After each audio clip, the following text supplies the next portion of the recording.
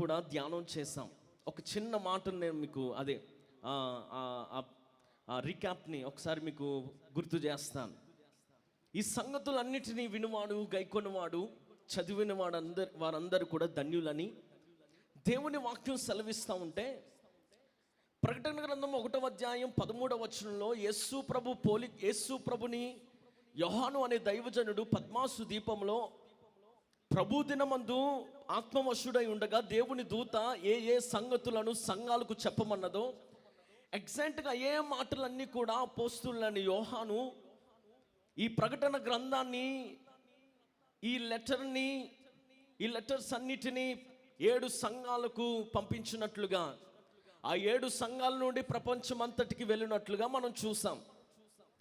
ప్రియమైనటువంటి దేవుని బిడ్డలారా, ఇక్కడ ఈ 13వ అధ్యాయంలోనికి వచ్చేసరికి యేసు ప్రభు అసలు ఎలా ఉన్నాడు, ఆ 7 దీప స్తంభముల మధ్య, అంటే ఆ సంఘముల మధ్యలో యేసు ప్రభు ఎలాంటి పోలిక కలిగి ఉన్నాడో అని మనం చూసినట్లయితే, అక్కడ 14వ వచనం చదవండి ఒకసారి. ఆయన తల వెంట్రుకలను తెల్లని కొంచెం పైనుంచి చదవండి. ఆయన తన పాదముల మట్టుకును దిగుచున్న వస్త్రము ధరించుకొని రొమ్మునకు బంగారు తట్టి కట్టుకొని ఉండెను. ఆయన తల వెంట్రుకలు తెల్లని ఉన్నిని పోలినవై హిమమంత తవలముగా ఉండెను. ఆయన నేత్రములు అగ్ని జ్వాల వలె ఉండెను. ఏవండి, ఆయన ప్రేమ చూపే దేవుడు, ఆయన కరుణ చూపే దేవుడు. ఈ మాటలు మనం విన్నామా లేదా? యేసు ప్రభు గురించి ఎప్పుడైనా విన్నారా? ఆయన ప్రేమ కలిగిన దేవుడని విన్నారా? ఆయన కరుణ గల దేవుడని విన్నారా? అయితే ఇక్కడ రాయబడిన మాట ఏంటో తెలుసా? ఆయన నేత్రములు అగ్నిని పోలిన నేత్రాలు, అంటే అగ్ని కన్నులతో ఉన్న నేత్రాలు. యేసు ప్రభులో మరొక కోణాన్ని మనం చూస్తూ ఉన్నాం. ప్రియమైనటువంటి దేవుని బిడ్డలారా, ఆయన ఎంత ప్రేమ కలిగిన దేవుడో! న్యాయం జరిగించే సమయానికి వచ్చేసరికి ఆయన ఒక న్యాయాధిపతిగా, ఆయన ఒక జడ్జిగా ఆయన తీర్పు ఇవ్వడానికి సిద్ధంగా ఉన్నాడు. ఆయన స్తోత్రం చెప్దాం యేసయ్య గట్టిగా. ఆయన కన్నులు అగ్నిని పోలిన కన్నులు, అంటే ఆయన కన్నులకు ఇంకా వేరే దాగుడు మూతలాడే ప్రయత్నం చేయమాకండి. ఇంకా ఆయన కన్నులు అన్నీ చూస్తాయి. ఆయన కన్నులు ఇంకా దేవుడు నన్ను చూడడేమో, దేవుడికి నేను కనబడనేమో అనుకునేవారు ఈ భూమి మీద ఎవరు లేరు. ఇంకా ప్రతి వారిని ప్రభు చూస్తాడు. అందుకే ఆయన కన్నులు అగ్ని పోలిన కన్నులు, అంటే ఇంకా కన్నులు స్పష్టంగా కనబడుతూ ఉన్నాయి. స్పష్టంగా ప్రభు చూస్తాడు, స్పష్టంగా ప్రభు మాట్లాడతాడు, స్పష్టంగా ప్రభు తీర్పునిస్తాడనే ఉద్దేశాన్ని దైవజనుడని యోహాను కనుగొన్నాడు. ప్రియమైనటువంటి దేవుని బిడ్డలారా, ఈ 7 సంఘముల మధ్య యేసు ప్రభు ఉన్నాడు. ఆ 7 సంఘములు ఏంటి అని మనం ఆలోచన చేసినట్లయితే, ఆ 7 సంగతుల గురించిన విషయాలు, అనేకమైన మాటలు మనం చాలా నేర్చుకోవచ్చు. 7 సంఘాలు ప్రస్తుత తరంలో, లేకపోతే ఆనాడు మొదటి శతాబ్దంలోనే టర్కీ అనే దేశంలో, చిన్న ఆసియా అని పిలువబడుతున్న ఆ ప్రాంతంలో ఆ 7 సంఘాలు ఉండేవి. అయితే ప్రస్తుతం యేసు ప్రభు, లేకపోతే దేవుని గ్రంథము, పరిశుద్ధ గ్రంథం ఎప్పుడు చెప్పినా సరే 2 అర్థాలతో కూడిన దేవుని మాటలు మనం చూస్తూ ఉంటాం. ఒకటి, ప్రస్తుతం జరుగుతున్న, లేకపోతే ప్రస్తుతం ఉన్న వాటిని గురించి ప్రభు మాట్లాడతాడు. అదే విషయాన్ని తర్వాత రాబోయే కాలంలో ఎలాగూ జరగబోతుందో, ఎలాగూ ఉండబోతుందో కూడా అదే సంఘటన గురించి ప్రభు మాట్లాడతాడు. స్తోత్రం చెప్దాం గట్టిగా. ఇప్పుడు ఆనాడు 7 సంఘాలకు ఆ ఉత్తరాలు, ఆ పత్రికలు అందాయి, వారికి ఆ మాటలు చెందాయి. కానీ యేసు ప్రభు ప్రవచన వాక్యం అని రాశాడు కాబట్టి రాబోయే తరాల్లో కూడా అలాంటి సంఘటనలు సంఘంలో జరగబోతున్నాయని దేవుడు ఒక హెచ్చరికను రాశాడు. దేవుడు సార్వత్రిక సంఘానికి కూడా హెచ్చరికను పంపించాడు. దేవుడు సంఘానికి కూడా ఉపదేశాన్ని ఇస్తా ఉన్నాడు. చాలా మంది అనుకోవచ్చు ఆ సంఘాలు కాదండి మనకెందుకులే అనుకుంటారు చాలా మంది. హలో, ఎప్పుడో జరిగిపోయిన దాని గురించి ప్రభు మాట్లాడితే ఆ మాటలు ఈ రోజుకి రాబోయే తరంలో ప్రవచన వాక్యాలుగా ప్రభు ఉంచాడు. ఆ ప్రవచన వాక్యాలు ఈ రోజున నెరవేరుస్తూ ఉన్నాడు ప్రభు. స్తోత్రం చెప్దాం యేసయ్యకు గట్టిగా. చేతులు పైకెత్తి ఒక మంచి స్తోత్రం యేసయ్యకు చెప్పండి గట్టిగా.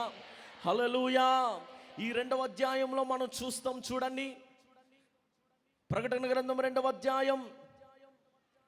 ఆయన 7 నక్షత్రములు తన కుడి చేతిని పట్టుకుని 7 దీపము స్తంభముల మధ్య ఆ, సంచరించువాడు చెప్పు సంగతులేవనగా నీ క్రియలను నీ కష్టమును నీ సహనమును నేను ఎరుగుదును. నీవు దుష్టులను సహింపలేవనియు. అక్కడ ఒక నిమిషం ఆగండి, తలలు పైకెత్తండి, నా వైపు చూడండి ఒకసారి. ఇప్పుడు 7 సంఘాల పేర్లు ఎవరికైనా గుర్తున్నాయా? చెప్పండి, ఎవరైనా లేచి. అక్కడ నువ్వు వద్దు. ఎవరికైనా చెప్పండి, యవనస్తులు ఎవరైనా. నేను చెప్పే ఈ మాటలు, ఈ సందేశాలు ఒకవేళ ఈ 40 days అంతా నాకు అనుకూలించబడిన సమయానికి కొద్దీ నేను ఒకవేళ చెప్తే, ఈ మాటలన్నీ ఎగ్జాక్ట్గా నేను చెప్పిన మాటలన్నీ మీరు ఉన్నట్లుగా మీరు చక్కగా నోట్స్లో కానీ పేపర్లో కానీ మీరు చక్కగా ఈ పాఠాలన్నీ కూడా, ఈ ప్రకటన గ్రంథ ధ్యానాంశాలన్నీ కూడా మీరు చక్కగా రాసుకుని అయిపోయిన తర్వాత ఆ బుక్ని, లేకపోతే చక్కగా ఉన్నట్లుగా రాసిన వారు ఎవరైనా ఉంటే నా దగ్గరికి తీసుకుని రండి, మీకు ఒక మంచి గిఫ్ట్ ఇస్తాను. స్తోత్రం చెప్దాం యేసయ్య గట్టిగా. హల్లెలూయా. నిజంగా మీకు ఒక మంచి బహుమతి ఇస్తాను. చక్కగా ఉన్నట్లుగా చక్కగా దాన్ని నోట్ చేసుకుని, ఒకవేళ సమయం మీకు ఇక్కడ అనుకూలించకపోతే ఇంటికి వెళ్ళిన తర్వాత లైవ్లో చూసుకుని ఆ మాటలన్నీ కూడా, ఆ పాయింట్స్ అన్నీ కూడా మీరు రాసుకుని రండి. ఈ మెసేజెస్ అన్నీ అయిపోయిన తర్వాత నేను ఒకవేళ చూస్తాను అడుగుతున్నప్పుడు మీరు అది చూపించండి, ప్రజెంట్ చేయండి. ముఖ్యంగా యవన బిడ్డలు. బాబు, మీరు యవన బిడ్డలేనా? ఏటా అలా చూస్తాడేటరాడు? యవనస్తుడు వేనా? నువ్వే రాసుకో. అది వద్ద యవన బిడ్డలు రాసుకోండి ముఖ్యంగా. స్తోత్రం చెప్తాం యేసయ్యకు గట్టిగా. హల్లెలూయా, హల్లెలూయా. యవన బిడ్డలు చక్కగా రాసుకోండి. నేను ఒకవేళ అదే ఈ ధ్యానాంశాలు అయిపోయిన తర్వాత నేను చూస్తాను, వారిలో ఎవరు చక్కగా రాశారో ఒక మంచి బహుమతి నేను ఇవ్వాలని కోరుకుంటూ ఉన్నాను. స్తోత్రం చెప్తాం యేసయ్యకు గట్టిగా. ఇప్పుడు చెప్పండి, 7 సంఘాలు ఎవరైనా చెప్తారా? చెప్పరా?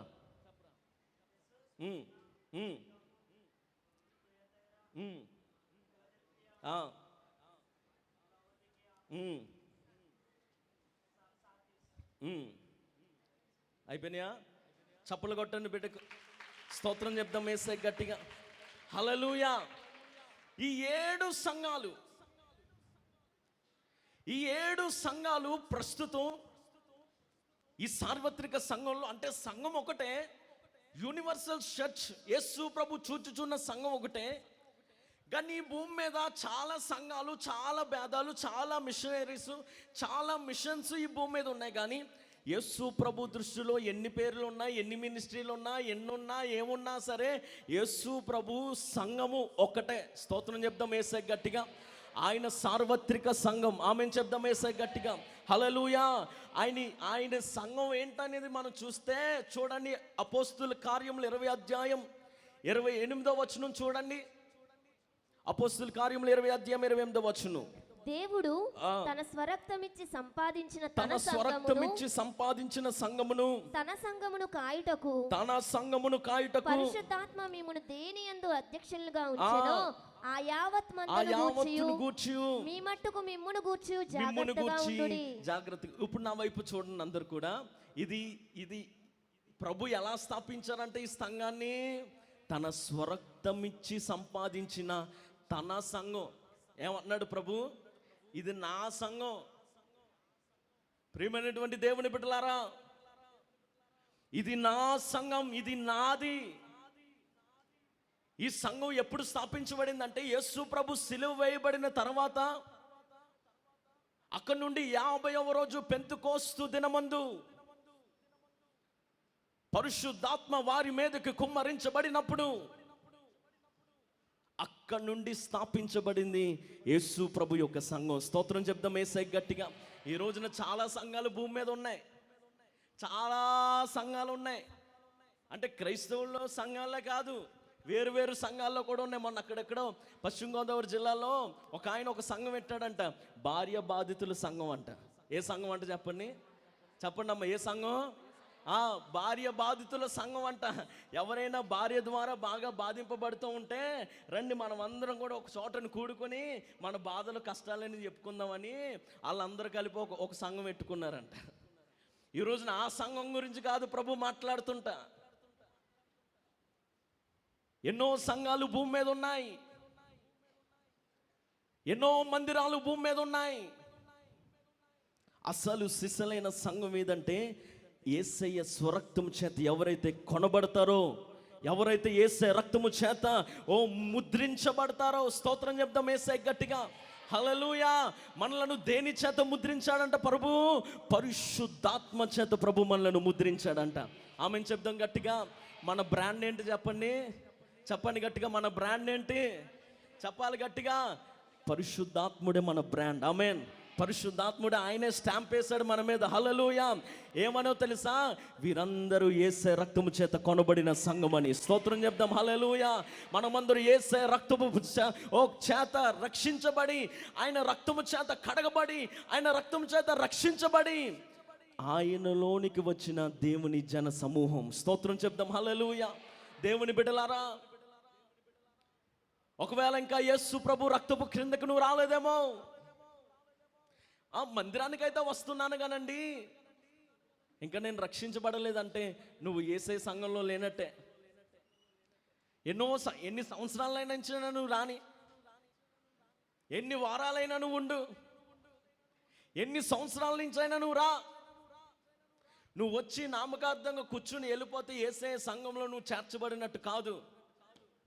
చాలామంది మా దగ్గరికి వచ్చి అంటారు, అయ్యా మీ సంఘంలో మమ్మల్ని చేర్చుకోండి పాస్టర్ గారు, దైవజనుడా మీ సంఘంలోనికి మమ్మల్ని చేర్చుకోండి. ఇంకొంతమంది అడుగుతారు ఏంటో తెలుసా, మీ సంఘంలో చేరితే ఏమన్నా కేకులు పంపిస్తారా, మీ సంఘంలో మేము చేరితే మాకేమన్నా సమాధి పెట్టి కట్టిస్తారా, మీ సంఘంలో మేము చేరితే మాకేమన్నా వివాహం ఫ్రీగా చేస్తారా అనే అడిగే వాళ్ళు చాలామంది ఉన్నారు. దేవుని సన్నిధిలో, దేవుని సంఘంలో చేర్చబడ్డం అంటే కేకుల కోసమో, సమాధి పెట్టి కోసమో, పెళ్ళిళ్ళ కోసమో, లేకపోతే ఇంకేదైనా అవసరం వస్తే సేవకుడు అవసరం కాబట్టి సంఘానికి రావాలనే ఉద్దేశంతో చాలామంది వస్తారు. నో డియర్ ఫ్రెండ్స్, వాళ్ళెవరూ కూడా యేసు ప్రభు సంఘంలో చేర్చబడినట్లు కాదు. ఎవరైతే యేసయ్య రక్తము చేత పూర్తిగా కడగబడతారో, ఆ కడగబడిన వారి పాపాలు అక్కడే సమాధి చేయబడి పరిశుద్ధులుగా వారు లేస్తారో వారే యేసు ప్రభు నిజమైన సంఘము. గట్టిగా చప్పలు కొడుతూ, మీరు అలాంటి వారైతే చప్పలు కొడుతూ యేసయ్యకు మహిమ చెల్లించండి. ఒకవేళ యేసయ్య సంఘంలో నువ్వు రాకపోతే, ఈ 40 రోజుల ఉపవాస కూడికలో ఆయన రక్తము చేత నువ్వు ముద్రించబడితే, పరిశుద్ధాత్మ చేత నువ్వు ముద్రించబడితే, యేసయ్య రక్తము చేత నువ్వు కడగబడితే, హల్లెలూయా, ఆయన స్వరక్తం ఇచ్చి సంపాదించిన సంఘంలో నీకు కూడా సభ్యత్వమే. ఆమేన్ చెప్పండి గట్టిగా. హల్లెలూయా. ఈ సభ్యత్వానికి ఫీజు ఏం లేదు, ఈ సభ్యత్వానికి అప్లికేషన్ ఫామ్ ఏం లేదు, ఈ సభ్యత్వానికి ఇంకా వేరే ఆలోచనలు ఏమీ లేవు, పథకాలు ఉండవు ఇందులో, రాజకీయ నాయకుల ఆలోచనలు ఉండవు ఇందులో, ట్రెజరర్లు, డైరెక్టర్లు, ప్రెసిడెంట్లు, ఇలాంటి వ్యవహారాలు ఉండవు ఇక్కడ. ఒకలే ఫౌండరు, యేసయ్య మన ఫౌండరు, యేసయ్య మన స్థాపికుడు. హల్లెలూయా, హల్లెలూయా. ఆ సంఘంలో నువ్వు చేర్చబడ్డావా? ఆ సంఘంలో నువ్వు చేర్చబడిన వ్యక్తిగా నువ్వు ఉన్నావా? యేసయ్య రక్తము చేత కడగబడిన వ్యక్తిగా నువ్వు ఉన్నావా? ఆ 7 సంఘాలతో ప్రభు మాట్లాడుతున్నాడంట. ఆయన అగ్ని నేత్రములతో చూస్తున్నప్పుడు 7 సంఘాల్లో అనేక లక్షణాలు ఉన్నాయి. నేను చెప్తాను, మీరు ఒకవేళ నోట్ చేసుకోవాలనుకుంటే నోట్ చేసుకోండి. మొదటిగా ఎఫెసు. ఏ సంఘం చెప్పండి? మొదటి సంఘం పేరు ఎఫెసు. ఆ సంఘం యొక్క లక్షణం, ఇప్పుడు 7 సంఘాల యొక్క లక్షణాలు చెప్తాను చూడండి, త్వరగా నోట్ చేసుకోండి. ఆ సంఘం యొక్క లక్షణం ఏంటంటే ప్రేమ లేని సంఘం. ఏ సంఘం చెప్పండి అందరు కూడా? Loveless church. ఇక్కడ స్మరణ అనే సంఘం ఉంది, ఆ సంఘానికి ఇవ్వబడిన టైటిల్ ఏంటంటే హింస పొందిన సంఘం. పెర్గము అనే సంఘం ఉంది, ఆ సంఘానికి ఇవ్వబడిన టైటిల్ ఏంటో తెలుసా? రాజీ పడిపోయిన సంఘం. తుయితైరా అనే సంఘం ఉంది, ఆ సంఘానికి ఇవ్వబడిన ఒక ఆలోచన, ఒక పదవి ఏంటో తెలుసా? సహించిన సంఘం. సార్దీస్ అనే సంఘం ఉంది, ఆ సంఘానికి ఇవ్వబడిన పేరేంటో తెలుసా? మృదువైపోయిన సంఘం. ఫిలదెల్ఫియా అనే సంఘం ఉంది, ఆ సంఘానికి ఇవ్వబడిన పేరేంటో తెలుసా? విశ్వాసముతో ఉన్న సంఘం. హల్లెలూయా. లవోదికీయ అనే సంఘం ఉంది, ఆ సంఘానికి ఇవ్వబడిన పేరేంటో తెలుసా? నిలువెచ్చని స్థితిలో ఉన్న సంఘం. ఇప్పుడు చెప్పండి, ఎఫెసులో ఉన్న సంఘానికి ఇవ్వబడిన పేరేంటి చెప్పండి? ప్రేమ లేని సంఘం. రెండవది స్ముర్ణ. చెప్పండి, స్ముర్ణ. హింస పొందిన సంఘం పెర్గము. రాజీ పడిపోయిన సంఘం తుయితైరా. సహించిన సంఘం సార్దీసు. మృతమైపోయిన సంఘం ఫిలదెల్ఫియా. విశ్వాసముతో జీవించిన సంఘం లవోదికీయ. నులువెచ్చని స్థితిలో. అవుట్లైన్స్ మాత్రమే మీకు చెప్తున్నా. దేవుని రాకడ ఆలస్యమైతే ఈ 7 సంఘాలను గురించి ఒక్కొక్క రోజున ధ్యానాంశంగా మనం చేస్తూ ఉంటే అద్భుతమైన దేవుని ప్రత్యక్షతలు ప్రభు మనకి ఇవ్వబోతూ ఉన్నాడు. స్తోత్రం చెప్దాం యేసయ్యకు గట్టిగా. ముందుగా యేసయ్య రాకడ సూచనలు. ప్రకటన గ్రంథం అంటే చాలామంది యేసయ్య రాకడ, యేసయ్య ఎప్పుడు వస్తాడు, ఎప్పుడు సంఘం ఎత్తబడుతుంది, ఎప్పుడు దేవుడు వస్తాడు, సంఘంలో ఎత్తబడిపోయిన తర్వాత 7 ఏళ్ళ శ్రమకాలం ఎప్పుడు, ఆ శ్రమలు ఎలా ఉంటాయి, ఏముంటాయి, ఇవన్నీ ఇవన్నీ తెలుసుకోవాల్సిన దానికంటే ముందు ఈ ఇంట్రడక్షన్ అంతా నువ్వు తెలుసుకోవాలి. స్తోత్రం చెప్దాం యేసయ్యకు గట్టిగా. హల్లెలూయా. ఈ ప్రారంభం నువ్వు తెలుసుకుంటే చాలు. ఈ ప్రారంభం నీ మనసులోనికి వెళ్తే చాలు, నువ్వు దేవుని రాకడ కొరకు మరింత సిద్ధపడడానికి ప్రభు కృపనిస్తాడు. యేసయ్య రాకడంటే చాలా మందికి భయం ఉంటుంది, కానీ ఈ ప్రారంభం నుండి నువ్వు వినగలిగితే యేసయ్య రాకడంటే నీకు ఆనందం వస్తుంది. యేసయ్య రాకడంటే నీకు సంతోషం వస్తుంది. యేసయ్యా నువ్వు ఎప్పుడు వస్తావు అనే ఆలోచన నీకు వస్తుంది. స్తోత్రం చెప్దాం గట్టిగా. హల్లెలూయా, హల్లెలూయా. ప్రేమైనటువంటి దేవుని బిడ్డలారా, ఈ 7 సంఘాలకు రకరకాల పేర్లు మనం పెట్టాం, కానీ ఈ 7 సంఘాలకు 4 రకాలైన మెసేజెస్ని ప్రభు ఇస్తున్నాడు. 4 రకాల వర్తమానాలు ప్రభు ఇస్తున్నాడు. ఏంటి అని 4 రకాలంటే నోట్ చేసుకోండి. మొదటిగా యేసయ్య ఆ 7 సంఘాలను మెచ్చుకున్నాడు. ఏంటి చెప్పండి? 7 సంఘాలను మెచ్చుకున్నాడు. రెండవది గద్దించాడు. మూడవది ఉపదేశం చేశాడు. నాలుగవది సవాలు విసిరాడు. స్తోత్రం చెప్దాం యేసయ్యకు గట్టిగా. ఆ 7 సంఘాలకు 4 విషయాలు ప్రభు బోధించాడు. ఏంటో తెలుసా? సంఘాలను మెచ్చుకున్నాడు, రెండవది సంఘాన్ని గద్దించాడు, మూడవది సంఘాన్ని ఉపదేశం చేశాడు, నాలుగవది సంఘాన్ని సవాలు చేశాడు. స్తోత్రం చెప్దాం గట్టిగా. ఈ 4 సంఘాలను ధ్యానం చేస్తున్నప్పుడు మెచ్చుకోలు ఉంటుంది, మెచ్చుకోవడం ఉంటుంది, అట్ ద సేమ్ టైము గద్దించడం కూడా ఉంటుంది. ఆమేన్. స్తోత్రం చెప్దాం గట్టిగా. అట్ ద సేమ్ టైం ఉపదేశం కూడా ఉంటుంది. ఆమేన్. హల్లెలూయా. అట్ ద సేమ్ టైం సవాలు కూడా ఉంటుంది. ఆమేన్. ఒక సేవకుడు, ఒక నిజమైన దైవజనుడు చెప్పే మాటలు సంఘానికి ఎలా ఉంటాయో తెలుసా? సంఘాన్ని మెచ్చుకోవాలి, సంఘాన్ని గద్దించాల్సిన సమయంలో ఏం చేయాలి? చాలామంది మెచ్చుకోవడం అంటేనే ఇష్టం. అబ్బా మీరంత పరిశుద్ధులు అనగానే మొఖాలు ఎంత చిరునవ్వులతో ఎగిలిపోతాయో చాలామంది. మారు మనసు పొందు అనగానే చాలామంది మనసులో నొచ్చుకుని, అయ్యో బాబోయ్ అయ్యగారు నన్ను ఇంత మాట అనేసారండి, అయ్యో బాబోయ్ అయ్యగారు, చిన్న పాస్టర్ గారు కూడా నన్నే చూసి అన్నాడండి. ఎవరినంట? వాక్యం చెప్తున్నప్పుడు అంట చెప్పండి, నా కళ్ళల్లో కళ్ళు పెట్టి చూసి నువ్వే అన్నాడండి. అందుకే ఈ రోజు నుంచి నేను చచ్చి ముఖం చూడవా అనేస్తున్నారేటమ్మా? మీరు కాదులే. స్తోత్రం చెప్పండి వేసే గట్టిగా. హల్లెలూయా, హల్లెలూయా. మెచ్చుకోవడం ఉంటుంది, సంఘాన్ని గద్దించాల్సిన సమయంలో గద్దించాలి, ఉపదేశం ఇవ్వాల్సిన సమయంలో ఉపదేశం ఇవ్వాలి, సవాలు విసిరి దేవుని ప్రజలు సవాలు చేయబడి యేసయ్య దగ్గరకు సవాలుతో రావాలి. హల్లెలూయా. ఒక భయంకర ఒక ప్రతిష్టలోనికి రావాలి. హల్లెలూయా. ఒక సంఘాన్ని వారు సేవకులు అనబడే వారు ఉజ్జీవింపబడాలి. ఆమె ఉజ్జీవింప చేయాలి. హల్లెలూయా. సంఘాన్ని ప్రేరేపించాలి. ఆమేన్. అలా చెప్పే సేవకుడే నిజమైన సేవకుడు. ఆమేన్. చాలా సంఘాల్లో నేను చూస్తాను, చాలామంది దైవ సేవకులు ఉంటారు, సంఘాన్ని మాత్రం కేవలం మెచ్చుకోవడే. ఇంకా కొంతమంది ఉంటారు కేవలం గద్దింపే, ఇంకొంతమంది ఉంటారు కేవలం ఉపదేశమే. కానీ దేవుడు కోరుకుంటుంది ఏంటి తెలుసా? సంఘాన్ని మెచ్చుకోవాలి, గద్దించాలి, సవాలు చేయించాలి, ఉపదేశం ఇవ్వాలి. ఇవన్నీ చేయగలిగితేనే సంఘము దేవుని దగ్గరకు నడిపించబడుతుంది. సంఘము ప్రయోజనకరంగా మారుతుంది. సంఘము క్షేమాభివృద్ధి నొందుతుంది. స్తోత్రం చెప్దాం యేసయ్యకు గట్టిగా. హల్లెలూయా.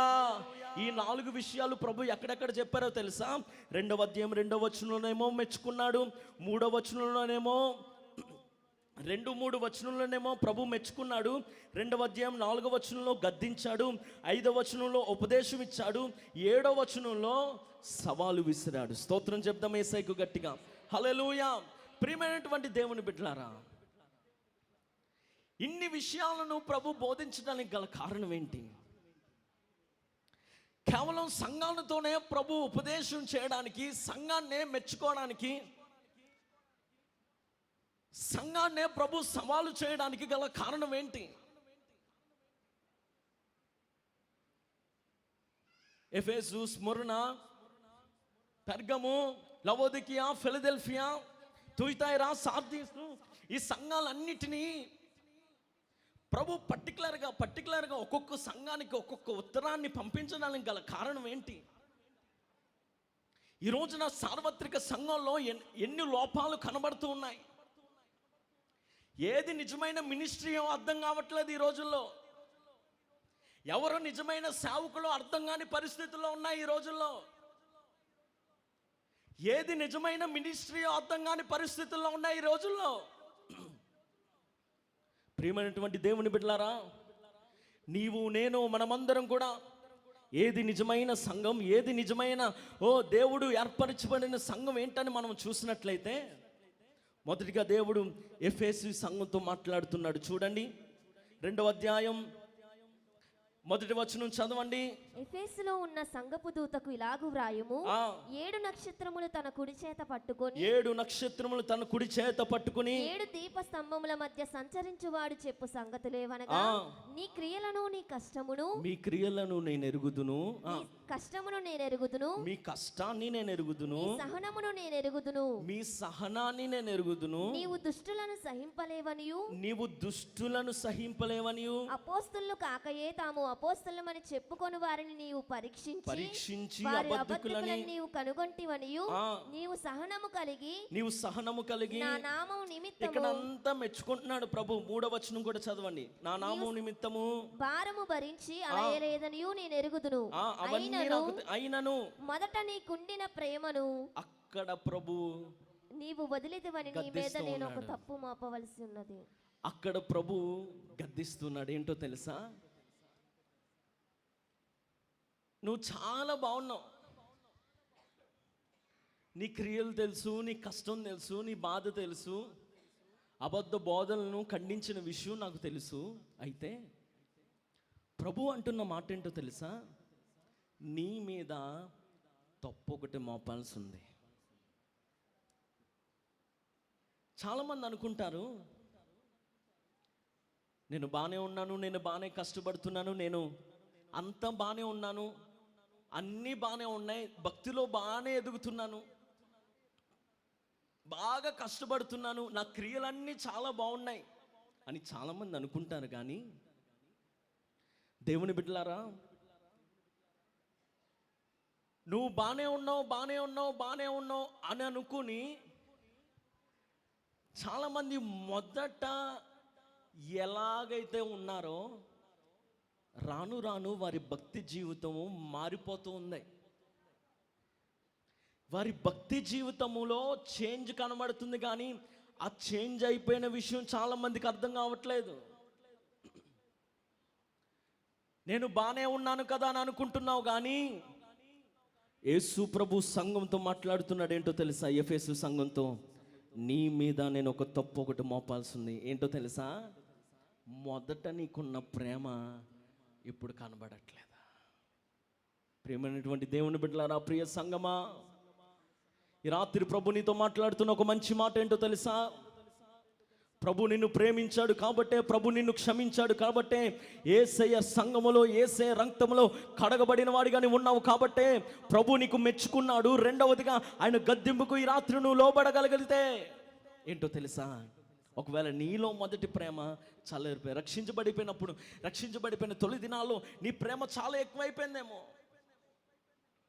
ఎవరికి చూసినా సహాయం చేసే మనసు, ఎవరిని చూసినా ఆదరించే మనసు, ఎవరిని చూసినా ప్రేమించే మనసు, ఎవరిని చూసినా కష్టం వస్తే ఆపదలు ఆదుకునే మనసు, రాబోయే రోజుల్లోనికి సంవత్సరాలు గడిచే కొద్దీ ఏమైపోతుందో తెలుసా? ఆ ప్రేమ చాలా మందిలో చల్లారిపోతుంది. బైబిల్ చాలా స్పష్టంగా చెప్పింది, అక్రమము విస్తరించుట వలన ఏం చల్లారిపోతుందంట?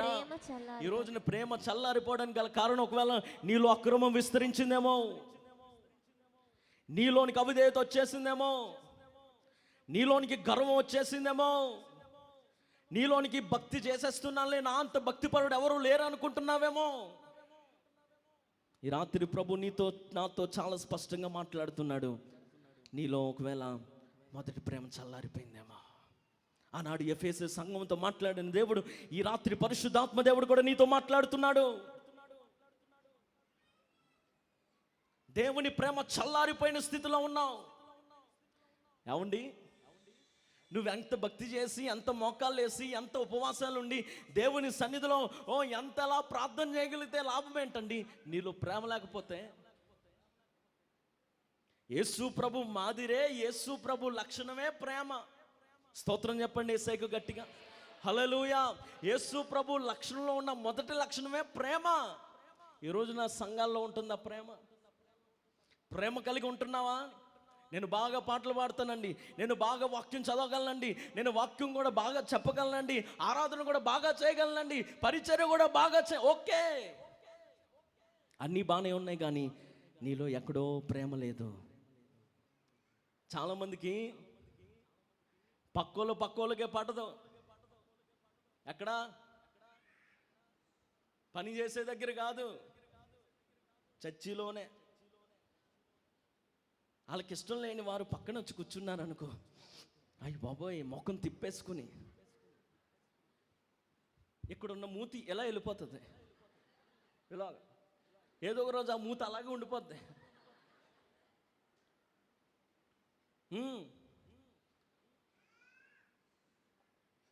ఇవన్నిటికీ గల కారణం ఏంటో తెలుసా? ప్రేమ లేదు నీలో.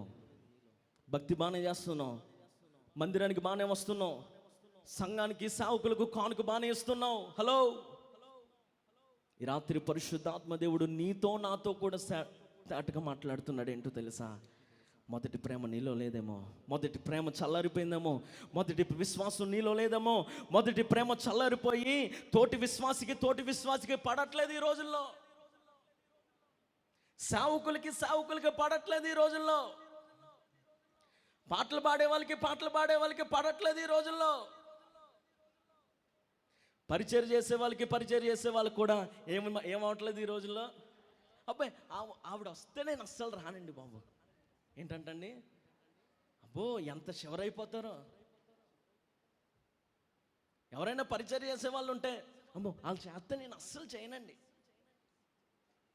ఎవరైనా నీకు వచ్చి అమ్మా ఇలా చేయి అలా చేయి, ఇలా చేస్తున్నావేంటి అన్నారు అనుకో, మనిషికి వచ్చినంత వచ్చేది కోపం. స్తోత్రం చెప్పండి యేసయ్యకి గట్టిగా. ఎవరికి వచ్చినట్టు? మనిషికి వచ్చినట్టు వచ్చేసి కోపం ఇంకా ఊగిపోయి, అయ్య బాబాయ్ నేను అసలు నా తల ఎత్తుకోలేనండి. అమ్మ ఏంటి, ఏం జరిగిందంటే, పలానా వచ్చి నన్ను ఇంత మాట అంటదా,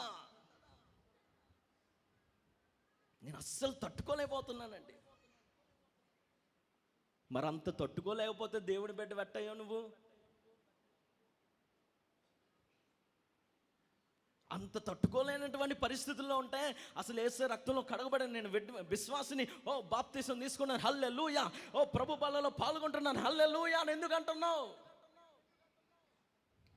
ప్రేమ లేదు నీలో, చల్లారిపోయింది నీలో. ఎవరైనా పరిచర్య చేస్తున్నప్పుడు వారిని చూసి నువ్వు కూడా కొన్ని విషయాలు నేర్చుకో. గొడవలు, మనస్పర్ధలు ఇవన్నీ కూడా ఎవడు రప్పిస్తాడో తెలుసా? అపవాది రప్పిస్తాడు. ఒకవేళ తగాదా కానీ, గొడవలు కానీ, ఒకవేళ ఈర్ష్య కానీ, ఒకవేళ ఒకలాంటి ద్వేషం కానీ వచ్చేసింది అనుకో, సైతాన్ గడు పనిచేస్తున్నాడు నీలో. చాలా జాగ్రత్తగా గుర్తుపెట్టుకో. ఈవిల్ స్పిరిట్ బాగా పనిచేస్తుంది. ఎవరైనా బాగా వాడబడితే గుర్తుపెట్టుకోండి. చూడండి, నా వైపు చూడండి అందరు కూడా. యవ్వన బిడ్డలు చాలా జాగ్రత్తగా వినండి. నువ్వు బాగా వాడబడతా ఉంటే, నువ్వు బాగా పరిచర్య చేస్తూ ఉంటే, నువ్వు బాగా పాటలు పాడుతూ ఉంటే, నువ్వు బాగా సేవకులకు సహకారంగా నువ్వు ఉంటే, సేవకురాలకు సహకారంగా నువ్వు ఉంటే, సంఘానికి ప్రయోజనకరంగా మేలుకరంగా నువ్వు ఉంటే, అపవాది ఎక్కడికి వెళ్ళడు, నీ చుట్టూరేనే ఉంటాడు. నీ వెనకాలే తిరుగుతాడు. ఎందుకో తెలుసా? నువ్వు సరిగ్గా మంచిగా జీవితం జీవిస్తుండవు అపవాదికి ఇష్టం ఉండదు. నువ్వు చక్కగా పరిచర్య చేయడం అపవాదికి ఇష్టం ఉండదు. క్రమంగా దేవుని సన్నిధికి వచ్చి ప్రభుని ఆరాధించడం అపవాదికి ఇష్టం ఉండదు. చెడగొట్టే ప్రయత్నం చేస్తాడు అపవాది. గెలుగుతాడు. ఎలా గెలుగుతాడో తెలుసా? పక్కన ఉన్నవాడినే గెలుగుతాడు. ఎక్కడి నుంచో రారో, నీ చుట్టూ ఉన్నవారనే యాకం చేసి నేను ఒక్కలిగా చేసేస్తారు. ఎక్కడి నుంచో రారో, నీ ప్రక్కన ఉన్నవాడే నీకు వెన్నుపోట పొడిచే ప్రయత్నం చేస్తాడు అపవాది. గ్రహింపు లేకపోతే ఈ రోజుల్లో, ప్రస్తుతం ఈ రోజుల్లో వివేచన అనేది లేకపోతే నువ్వు చాలా గోతులో పడిపోయే ప్రమాదం ఉంది. వివేచన ఆలోచన చేసి ఎక్కడ అపవాది ట్రాపో, ఎక్కడ వాడు ఉరియొగ్గాడు, అవన్నీ నువ్వు గ్రహించుకుని, ఒకవేళ గొడవలు వచ్చినా, మనస్పర్ధలు వచ్చినా, తగాద వచ్చినా, ద్వేషం పుట్టినా, అవన్నీ మోకాళ్ళ ప్రార్థనలో నువ్వు చంపగలిగితే చాలు. హల్లెలూయా. అపవాదిని నువ్వు ఎదిరించినట్లే, అపవాదిని నువ్వు జయించినట్లే. స్తోత్రం చెప్పు. అపవాదిని నువ్వు ఓడించినట్లే. హల్లెలూయా. బాగా పరిచయం చేస్తావా? చేయకుండా చేస్తాడు అపవాది. దేవుని సన్నిధిలో బాగా వాడబడుతున్నావా? ఏదో ఒకలాగా నాశనం చేయాలి, చేయకుండా చేయాలి. దేవుని సేవకులమైన మాకు కూడా ఉంటుంది అటువంటి పోరాటాలు. నిజంగా దేవుని సేవకులమైన మాకు వచ్చే పోరాటాలు మీకు గనక వస్తే అసలు నిజంగా తట్టుకోలేరు మీరు. విశ్వాసి స్థాయి పోరాటాలు ఉంటాయి, సేవకుని స్థాయి పోరాటాలు ఉంటాయి. నిన్న దినమందు ప్రార్థన ముగించుకుని కొంచెం ఆహారం తిందామని బయటికి వెళ్ళాను. 2 పిల్లలు సైకిల్ వేసుకుని రాంగ్ రూట్లో వచ్చేసి చీకట్లో వచ్చి గుద్దుపడేశారు. 3 రోజులు అసలు రెస్ట్ తీసుకోవాలి, అస్సలు ఎక్కకూడదు. మొత్తం కాలు చిటికి నీళ్ళ దగ్గర కన్నం పడిపోయింది. భయంకరమైన రక్తం, ఇంకా రోడ్డంతా రక్తమే. ఇంకా కచ్చిపు కడితే ఇలా పిండితే రక్తం వచ్చింది ఇంతలాగా. 3 రోజులు రెస్ట్ తీసుకోవాలి, అస్సలు కదలకూడదు అన్నారు. అయినా సరే దైవజనులు కూడా అన్నారు రెస్ట్ తీసుకున్నానా అన్నారు. అయినా సరే ఇదంతా అపవాదిగా ట్రాప్ అని తెలుసు నాకు. స్తోత్రం చెప్దాం గట్టిగా. ప్రభు సన్నిధిలో కట్టేయించుకుని వచ్చి నా ఇంటికి వెళ్ళి, నా గదిలోనికి వెళ్ళి మోకాళ్ళు వేసి ప్రభు సన్నిధిలో, ప్రభుని యేసయ్యా, అపవాది ఉచ్చు నుండి నన్ను తప్పించినందుకే స్తోత్రం. ఇలాగే మోకాళ్ళు వేసాను. బాధ అనిపించిన, నొప్పి అనిపించిన నా గదిలోనికి వెళ్ళి మోకాళ్ళేసి, ప్రభువా రే అపవాది, ఏ సాతానా, ఎన్ని ఊరిలోకినా సరే దేవుడు నన్ను అనుక్షణం కాపాడుతూనే వస్తాడు. దేవుడు నన్ను అనుక్షణం పోషిస్తానే వస్తాడు. ఎన్ని అపాయాలు, ఎన్ని ప్రమాదాలు, నా చిన్నప్పటి నుంచి ఎన్ని యాక్సిడెంట్లు అయినాయో నాకు అసలు గుర్తే లేవు అసలు. ఎన్ని యాక్సిడెంట్లు, ఎన్ని ప్రమాదాలు. మరణపు అడుగుల్లోనికి వెళ్ళిపోయిన నన్ను నా యేసయ్య పట్టుకుని లేవనెత్తుతూ ఉన్నాడు. హల్లెలూయా. సేవకులైన నా కోసం, మా కోసం బలంగా ప్రార్థన చేయండి. దైవజనులు కూడా ఎన్నో పోరాటాలు, ఆరోగ్యం సహకరించక, ఎన్నో బలహీనతలు, మా మమ్మీ రాత్రి అయితే కొన్ని రాత్రులు అయితే అసలు నిద్రపోవట్లేదు. కాళ్ళు చేతులు బాగా జాయింట్ పెయిన్స్ బాగా ఎక్కువ వచ్చేసి అసలు ఎంత బాధపడుతుందో మా మమ్మీ. అయినా సరే ఏదో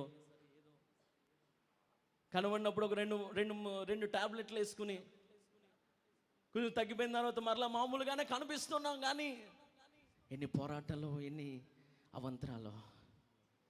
కానీ ఎందుకు ఈ రోజున వచ్చి వాక్యం చెప్తున్నానో తెలుసా? మీకు ఒక మాదిరిగా నేను ఉండాలి. ఆమెను చెప్దాం గట్టిగా, హల్లెలూయా హల్లెలూయా. సంఘం లేకపోతే చర్చి మానేయడానికి, సంఘం ఎగ్గొట్టేయడానికి ఎన్నో కారణాలు ఉంటాయి. కానీ ఒక గాయం మందిరానికి రాకుండా ఆపలేదని ఉదాహరణకి నేను వచ్చాను ఈ రోజున. స్తోత్రం చెప్దాం గట్టిగా, హల్లెలూయా. గాయమైన, కష్టమైన, బాధ అయినా, ఇబ్బంది అయినా, లేవలేని పరిస్థితుల్లోనికి వచ్చినా సరే దేవుని మందిరానికి రావడం మాత్రం మానొద్దు. స్తోత్రం చెప్దాం గట్టిగా. సంఘం మాత్రం మానేయొద్దు. స్తోత్రం చెప్పండి గట్టిగా. కూడికలకు ప్రాలు పొందుతానే ఉండండి. హల్లెలూయా. బలహీనతలు వస్తాయి. ఉపవాసం ఉన్నప్పుడు ఎంతో నీరసంగా ఉంటుంది, బలహీనత వస్తుంది. అయినప్పటికీ రా, ప్రభు దగ్గరికి రా. ప్రభు నీకు బలాన్ని ఇస్తాడు, శక్తిని ఇస్తాడు. నిన్ను స్వస్థపరుచు యెహోవాను నేనే అని సెలవిస్తూ ఉన్నాడు. నిన్ను బలపరుచువాడను నేనే అని ప్రభు సెలవిస్తున్నాడు. నిన్ను లేవనెత్తువాడను నేనే అని ప్రభు సెలవిస్తున్నాడు. ఆయన నిలబెడతాడు, ఆయన నిన్ను నిలబెడతాడు. ఆయన బలహీనతలు వచ్చినప్పుడు ఆ బలహీనతలో మొక్కల్ని ప్రభు నీకు జయాన్ని ఇస్తాడు. అపవాదికి లొంగిపోవద్దు. అపవాదికి లొంగిపోక, ఒకవేళ బలహీనతలు వచ్చినప్పుడు, శోధనలు వచ్చినప్పుడు, మనుషులన్న నానా మాటలు నీకు ఎదురైనప్పుడు నువ్వు వాటిని నమ్మి కనీసం నీ హృదయంలో నొచ్చుకున్నా సరే అపవాదికి చోటిచ్చినట్టే. ఎక్కడ ఆలోచన మొదలవుతుంది తెలుసా? నీ హృదయంలో మొదలవుతుంది. నువ్వు నాశనం అవ్వడానికి ఎక్కడి నుంచో ప్రమాదం పంచుకుని రాదు, నీ మైండ్లో నుంచే ప్రారంభమవుతుంది, నీ హృదయంలో నుంచే ప్రారంభమవుతుంది. అక్కడి నుంచి అపవాది వేస్తాడు. చూడు, మాట్లాడారా అసలు నీతో? నువ్వు పెళ్ళికి పిలిస్తే అసలు వచ్చారా వాళ్ళు? వేస్తాడు ఆలోచన ఒకటి. నువ్వు కనబడితే ప్రైజ్ లార్డ్ చెప్పారా? అప్పుడు నీకు అనిపించి ఉంటుంది, చెప్పలేదు కదా. చెప్పారా? చెప్పలేదా? చెప్పలేదు. కాబట్టి ఈ రోజు నుంచి కూడా నేను వాళ్ళ ముఖమే చూడరా. చాలామంది ఉన్నారు ఇక్కడ. సైతానా పో యేసు నామములో. హల్లెలూయా హల్లెలూయా. వారు నీ ముఖాన్న చూసి నిన్ను దేశించి ఉమ్మేసినా సరే వాళ్ళకి శేఖర్నిచ్చి నవ్వుతూ వెళ్ళిపో. ఒక రోజు రాబోతున్నది, ఎక్కడైతే నిందల పాలేవు, ఎక్కడైతే అవమానం పొందావో వాళ్ళ మధ్యలోనే నేను తల ఎత్తుకునేలా చేస్తాడు. ఏ నోరైతే దూషించిందో ఆ నోరే పొగిడేలా చేస్తుంది. ఏ నోరైతే పడవేసిందో ఆ చేతులే ఎత్తి ఊరేగించేలా నా దేవుడు చేస్తాడు. ఆయనకు అసాధ్యమైనది ఏది లేదు. ఆయన తక్కువ అంచనేయక, ఆయన తక్కువ అంచనేయక. ఆయన ఏదో చేయలేడానికి నువ్వేదేదో చేసేమాక. ప్రతిదానికి ఒక సమయం ఉంటుంది, ప్రతిదానికి ఒక అవకాశం వస్తుంది. ఆ సమయంలో ఆయన ఎలా చేయాలనుకుంటే అలా చేస్తాడు, అంతే. హల్లెలూయా హల్లెలూయా. సంఘంతో, ఎఫెసీ సంఘంతో మాట్లాడుతున్నాడు. నీ క్రియలు నేను ఎరుగుదును, నీ కష్టాన్ని నేను చూస్తాను, నీ బాధలన్నీ నేను చూస్తాను. అయితే అయితే అయితే ప్రేమ లేదు. ప్రేమ లేని వాడవైతే నీవు, చెప్పండి గట్టిగా, ప్రేమ లేని వాడవైతే నువ్వు ఎన్నున్న మృతమే, ఎన్ని తలాంతులు ఉన్న మృతమే, ఎన్ని ఆలోచనలు ఉన్న మృతమే, అంత భక్తి చేసినా వేస్టే, అనవసరమే. మొదట ప్రేమతో నీ గుండెల నిండా జీవించు. ఆ తర్వాత క్రియలన్నీ ప్రభు కొరకు చేయి. ప్రభు నిన్ను బలపరుస్తాడు. హల్లెలూయా. ప్రభు నిన్ను నిలబెడతాడు. హల్లెలూయా. సంఘంతో ప్రభు మాట్లాడుతున్న మాట ఇది. ఎఫెసీ సంఘం క్రియలు లేని ఉన్నాయి, క్రియలు ఉన్నాయి, మంచి పనులు ఉన్నాయి. కష్టం వస్తున్నప్పుడు బాగా స్పందిస్తున్నారు. ఏది అబద్ధ బోధో, ఏది తప్పుడు బోధో, ఏది నిజమైన బోధో కూడా వారికి తెలుసు అంట. కానీ అన్నీ బాగానే ఉన్నాయి అనుకుంటున్నావు, నువ్వు అంతా బాగానే చేస్తున్నావు అనుకుంటున్నావు. ప్రేమ ఏమైనా చల్లారిపోయింది? మీ రాత్రి పరిశుద్ధాత్మ దేవుడు నిన్ను సవాలు చేస్తూ ఉన్నాడు. రా, ప్రభు దగ్గరికి రా. హల్లెలూయా. 7వ వచనం చదవండి ఒకసారి. 7వ వచనం. చెవగలవాడు ఆత్మ సంగములతో ఆత్మ సంగములతో చెప్పుచున్న మాట వినుగాక. జయించువానికి. అక్కడ ఆగండి ఒకసారి. ప్రేమ లేదు అన్నాడు కదా, ఇప్పుడు ఉపదేశం చేశాడు కదా, ఇప్పుడు సవాలు విసురుతున్నాడు. ఏంటో తెలుసా? నువ్వు జయించి తీరాలి, బలహీనతలు జయించి తీరాలి. ప్రేమ లేదన్నాడు ప్రభు, నువ్వు ప్రేమ కలిగి జీవించాలి. సవాలు విసురుతున్నాడు. జయించువానికి పరదేశంలో జీవవృక్ష ఫలములు జీవ ఫలాలు ఇస్తాడు ప్రభు నీకు. నువ్వు జయించగలిగితే, నీలో ప్రేమ ఉండగలిగితే, మొదటి ప్రేమ, మొదటి ఆసక్తి, మొదటి ఉన్నతమైన కృపతో నువ్వు జీవించిన ప్రియ సంగమా, ప్రియ దేవుని బిడ్డలారా, రా మళ్ళా come to the first love. ఆ మొదటి ప్రేమ దగ్గరికి నువ్వు వచ్చేసాయి. ఏసే పాదాలు పట్టుకుని అడిగేసాయి. తోటి వారిని ప్రేమించు, నీ ముందున్న వారిని, నీ వెనకలో ఉన్న వారిని ప్రేమించు, పరిచర్య చేసే వారిని ప్రేమించు, సేవకులను ప్రేమించు, అందరినీ కలగలుపుకొని ప్రేమించు. ఇంకా సంఘంలో భేదం అంటూ ఉండదు. ఈ సంఘమే నిజమైన యేసయ్య రక్తముతో కొనబడిన సంఘమని ప్రభు ముద్ర వేస్తాడు. మనమందరం ఒక రోజున పరలోకంలోనికి వెళ్ళిపోవాలి. ఆమె చెప్దాం గట్టిగా, స్తోత్రం చెప్పండి గట్టిగా. ఎంతమంది పరలోకంలో ఉండాలనుకుంటున్నారు? ఎంతమంది పరలోకంలో ఉండాలనుకుంటున్నారు?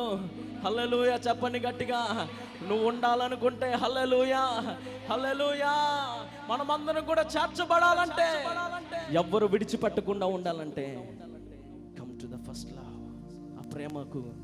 ఆ ప్రేమ మర్చిపోయావేమో. ఒకవేళ తోటి వారి తగాదాలు ఉన్నాయేమో, నువ్వే ఒక మెట్టు దిగి క్షమించమని అడుగు. ఎంత బాగుంటుందో చూడు. నీ ఈగోని పక్కన పెట్టేసి ఒక మెట్టు దిగి సారీ అని చెప్పు. ఈ రోజుల్లో ఆ తర్వాత ప్రతిఫలం ఎంత బాగుంటుందో ఆలోచించండి. తలలు వంచండి, మోకరించండి. ప్రియ దేవుని బిడ్డలారా, ప్రియ దైవ జనాంగమా, ఒకవేళ పరిశుద్ధాత్మ దేవుడు నీతో సూటిగా తేటగా మాట్లాడితే, ఇంకా కోపతాపాలు విడిచిపెట్టట్లేదేమో, ఇంకా దుర్మార్గత విడిచిపెట్టట్లేదేమో, ఇంకా అక్రమ సంబంధాలు, ఇంకా లోకాశలు, హలో రా ప్రభు దగ్గరికి రా. ఆయన దగ్గర రా, మోకాళ్ళు వేస్తాడు. అయ్యా నాలో ప్రేమ చల్లారిపోయింది. నిజమే, మొదటిగా ప్రేమించినంతగా ప్రేమించలేకపోతున్నానయ్యా నా తోటి వారిని, సేవకులను మొదటిగా ఎంత ప్రేమించానో ప్రభా, అలా ప్రేమించలేకపోతున్నానయ్యా. అడుగు ప్రభు దగ్గర, క్షమించమని అడుగు, క్షమాపణ అడుగు, మార్చుకో, సవాలు చేయబడు, ఉపదేశాన్ని స్వీకరించు, జయించు. జీవ వృక్ష ఫలములను ప్రభునికి ఇస్తాడని సెలవిస్తూ ఉన్నాడు. రెండు చేతులను పైకెత్తి స్వరం